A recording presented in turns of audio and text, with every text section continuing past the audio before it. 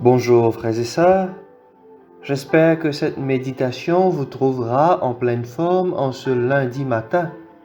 Nous sommes dans la 7e semaine de Pâques, une semaine qui nous conduit à la Pentecôte. L'évangile de ce jour nous vient de Saint Jean au chapitre 16, les versets 29 à 33. Écoutons. En ce temps-là, les disciples de Jésus lui dirent : « Voici que tu parles ouvertement, et non plus en images. Maintenant nous savons que tu sais toutes choses, et tu n'as pas besoin qu'on t'interroge. Voilà pourquoi nous croyons que tu es sorti de Dieu. » Jésus leur répondit : « Maintenant vous croyez. Voici que l'heure vient, déjà elle est venue, où vous serez dispersés, chacun de son côté, et vous me laisserez seul. Mais je ne suis pas seul, puisque le Père est avec moi.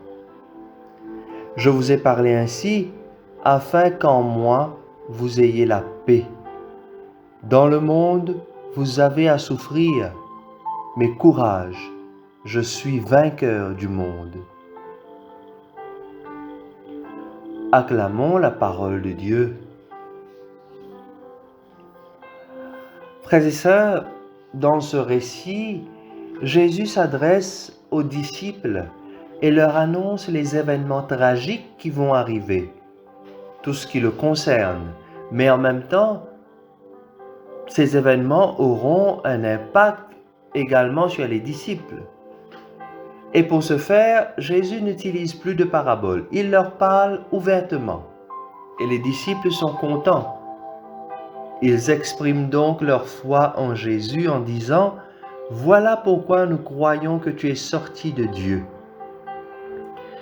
Mais Jésus leur annonce également que leur foi sera mise à l'épreuve. Il ne leur cache pas ce qui les attend à l'avenir. Il leur rappelle qu'il sera arrêté comme un prisonnier, battu, crucifié, et il leur dit : « Vous-même vous serez dispersés et vous me laisserez seul. » Jésus connaît bien ses disciples. Il connaît bien aussi notre humanité. Il sait que c'est facile pour nous de croire quand tout va bien. Mais qu'en est-il quand les choses ne se passent pas comme nous l'aurions voulu? Quand surviendront les événements de la Passion, que se passera-t-il avec la foi des disciples? Ne vont-ils pas se sauver? La Passion et la mort de Jésus vont mettre à dure épreuve la foi des disciples. Mais si Jésus leur dit tout cela aujourd'hui, c'est bien parce qu'il sait qu'il va ressusciter et que ses disciples retrouveront le chemin de la foi et du témoignage. Ils ont à passer par cette épreuve pour pouvoir justement consolider cette foi. Croire que les difficultés de la vie n'arrêtent pas l'œuvre de Dieu. Et à la fin du récit, Jésus dit : « Je vous ai dit tout cela pour que vous trouviez en moi la paix. Dans le monde, vous trouverez la détresse, mais ayez confiance, moi, je suis vainqueur du monde. » Chers amis, quand nous regardons tout ce qui se passe autour de nous, à travers les médias, ou même les situations dont nous sommes témoins personnellement, des cas de détresse dus à la pandémie, la violence, le ravage de la drogue dans nos sociétés, les couples en difficulté, les familles désunies, les enfants traumatisés ou abandonnés, la misère. Bref, toutes ces situations nous font bien comprendre que le paradis n'est pas de notre monde. De plus, à nous seuls, nous ne pouvons pas supprimer ou résoudre tous les problèmes. Et c'est bien là toute l'importance de ce que dit Jésus. Il nous rappelle encore une fois ce matin que nous ne sommes jamais seuls. Il le dit : « Dans ce monde, vous allez souffrir, mais moi, je suis vainqueur du monde. » Il est avec nous pour vivre avec nous à chaque instant de notre vie, pour nous aider sur notre chemin, pour nous apprendre aussi à aider les autres. Il veut faire de nous de véritables témoins de son amour.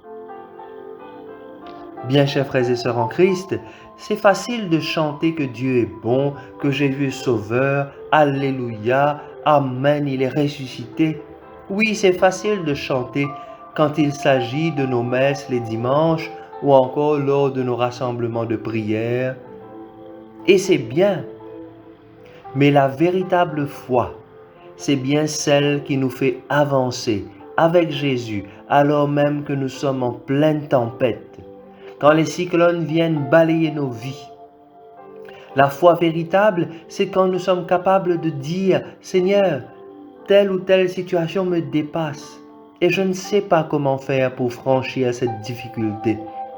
Mais je sais que toi, tu as vaincu la mort et qu'avec toi, je traverserai cet océan d'obstacles. » La véritable foi, c'est quand je suis capable de dire « Seigneur, la route est longue, je suis fatigué, je suis épuisé, mais avec toi, j'irai jusqu'au Golgotha, car c'est toi qui me feras avancer. » La foi véritable, frères et sœurs, c'est quand nous laissons l'Esprit Saint travailler notre cœur, afin qu'il ouvre nos yeux sur les merveilles que Dieu accomplit au quotidien dans nos vies. Je vous invite, chers amis, à terminer notre méditation par cette invocation à l'Esprit Saint. Après chaque intention, nous répondrons ensemble « Ô Seigneur, envoie ton Esprit. » Père très saint, pour continuer l'œuvre de ton Fils enlevé dans la gloire, ô Seigneur, envoie ton Esprit. Pour qu'il parle aujourd'hui par la bouche de tes envoyés, ô Seigneur, envoie ton Esprit.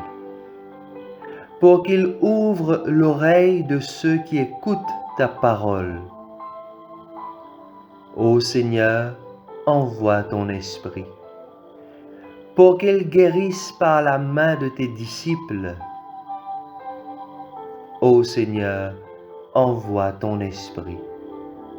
Pour qu'il emplisse de joie le cœur des croyants, ô Seigneur, envoie ton Esprit. Pour qu'il réveille les morts au jour du jugement, ô Seigneur, envoie ton Esprit. Amen.